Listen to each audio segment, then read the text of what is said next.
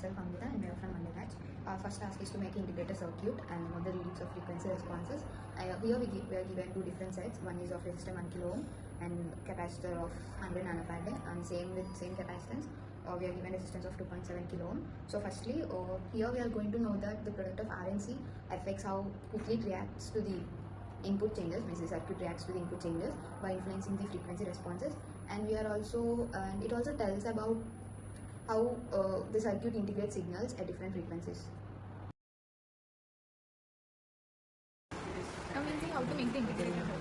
Firstly, this is the circuit diagram. Mainly, we connect an op-amp to the breadboard and then connect the resistor at the inverting pin, which is the second pin. Then connect the capacitor at the second pin to the output at the sixth pin. Then make the non-inverting pin ground by a male-to-male wire. And then this power supply is grounded by using this wire as shown. And the negative power supply is connected at the fourth pin. And the positive power supply is connected at the seventh pin. Now the input wire is connected as shown here. This is the output wire. It is connected as shown here. This is the sixth pin and this is grounded. And this is the input wire. It is connected at the inverting pin and this is grounded. And this frequency response is connected at the inverting pin and this is grounded.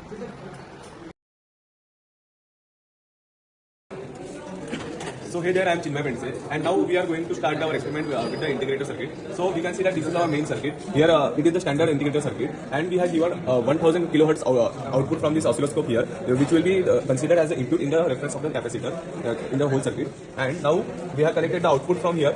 The channel 1 here shows the input, which we are shown with the yellow line, and the channel 2 which is there, we will show this with the blue line. So here we are calculating for 1000 hertz. So the input considered here is 968 millivolt, which is equivalent to the frequency is 1 kilohertz, and we are comparing this with the this is V0 and this is V output. So we are calculating such values and we are making the table until and unless we get the clipping. Okay, so we started at 2000 hertz. Now we have decreased our frequency to, and we have come up to 51 hertz. Now at 51 hertz, we can see that the peak to peak of the channel 2 is 23.21. Now if I decrease it more, likewise I am doing this as 48. So even if I do it 48, we can see that the value is we can see that the value is remaining around 23.3 only, 23.38. So it is neither decreasing nor increasing, and it is staying constant. So we can say that the maximum frequency, which is actually 24 volt, because this is 12 plus 12 so it becomes 24. But due to some errors, we can consider that it becomes 23.3 something. So we have achieved our final frequency. Yeah. So as we have done this for 1 kilohertz, we are 1 kilo ohm. Now we are doing the same thing for the 2.7 kilo ohm. Now, as the resistance has increased, we are starting this from 200 hertz only, and at 200 hertz we can see that the output peak to peak voltage is 2.851 volt. So we will record these values and we will decrease our frequency such that we get a saturation value. Now we see that for 2.7 kilo ohm, the clipping is obtained at 22 hertz, and the maximum value which is achieved is 23.56 volts. So we can conclude that if we are changing by 1 hertz here and there, we aren't getting a very significant change. So we consider 22 hertz as the clipping frequency, as the maximum threshold frequency. After we made the integrated circuit for both 1 kilo ohm and 2.7 kilo ohm resistor, we recorded the values of frequency and output voltage peak to peak, and then we calculated gain in decibels for both 1 kilo ohm and 2.7 kilo ohm resistor, as you can see. And then we plotted the graphs of frequency response, which is of frequency versus gain. As you can observe, the graphs are like this, but we achieve a constant gain in the low range between 40 to 100, which is apparently not visible in this scale, but we can always zoom in and get that range. Depending on the op-amp used, the values can differ. As you can see here, it is constant between the low range. For obtaining the flat zone perfectly, we change the x-axis to the log omega so that we can observe the flat region perfectly, and we observe that our graph is made perfectly as per the theory. So here is the graph for 1 kilo ohm, and this is for the 2.7 kilo ohm.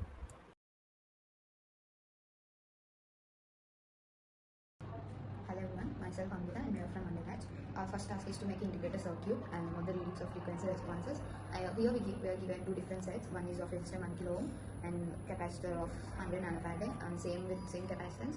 We are given resistance of 2.7 kilo ohm. So firstly, here we are going to know that the product of RNC affects how quickly it reacts to the input changes, which the circuit reacts to the input changes by influencing the frequency responses. And it also tells about how the circuit integrates signals at different frequencies. Hello everyone, this is Jasmitha from Pendse. Now we will describe about the differentiator circuit. Firstly, connect an op-amp to the breadboard and then connect a capacitor at the inverting pin, the second pin, and then connect a resistor at the second pin, inverting pin, to the output 6th pin. Then connect this power supply, which is grounded, connect it to the ground on the breadboard, and then this negative power supply is connected to the 4th pin, and the positive power supply is connected to the 7th pin. Then the output wire, this output wire is connected as shown. This is the 6th pin and this is grounded, and then we connected the input wire to the inverting pin, and this is grounded, and then the other input is connected to the inverting pin, and then it is grounded. This is the description of the op amp. The non-inverting pin is then grounded by main to main wire. Okay, so as the differentiator circuit which is made here, we are now getting input and output. So we come towards our oscilloscope.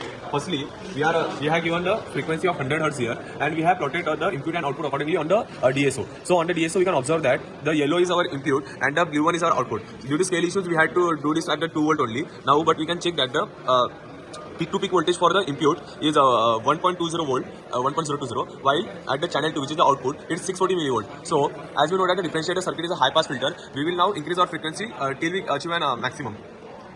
We are at 18,200 Hz right now, and we can see that we have reached the value of 12.56 volt in the output, while at the input it is 800. So 800 to 840. But when I am increasing this, we can see that when we are changing this to around 18,500, our value is decreasing a bit, but when we are doing this around at 19,000, we see that we are getting 17.60 volt as an output, but our input is also changing, which is 360 millivolt, which is unexpected. So we can say that at this value, our highest limit of the amplifier is reached and the maximum amplification is done. So we consider 19,100 as a highest frequency value for our amplifier. Okay, so for the differentiator circuit, we have used now 2.7 kilo ohm here. So we had started taking our values from 100 Hz itself, and now we have reached 3.4 kilohertz, as you can see here.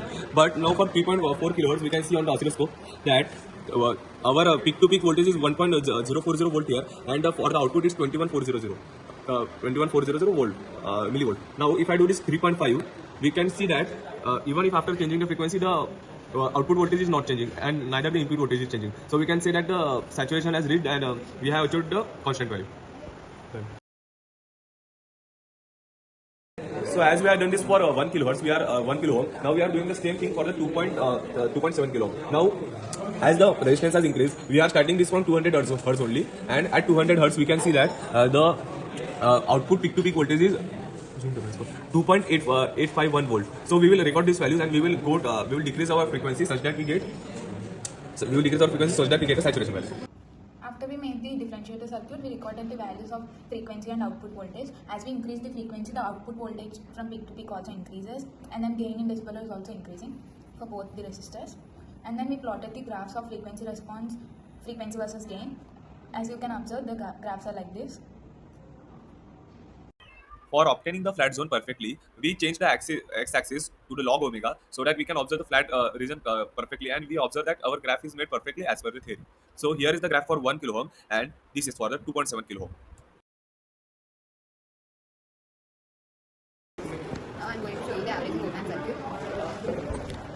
This is the circuit diagram we made. The two different sets of inputs we are given is 1 kHz and 1 VPP through 1 kilo ohm resistance, and 3 kHz 0.5 VPP through another 1 kilo ohm resistance, and this is connected to inverting pin, and non-inverting is grounded, and two parallel 1 kilo ohm resistance is directly connected to output.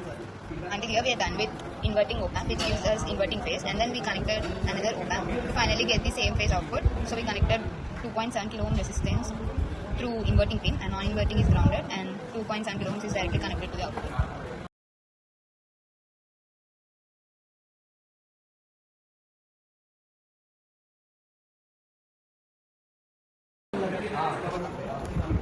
Now the input signals we generated, we are in channel 1, the frequency is 1 kHz and 1 VPP amplitude, and then the phase is at 30 degrees.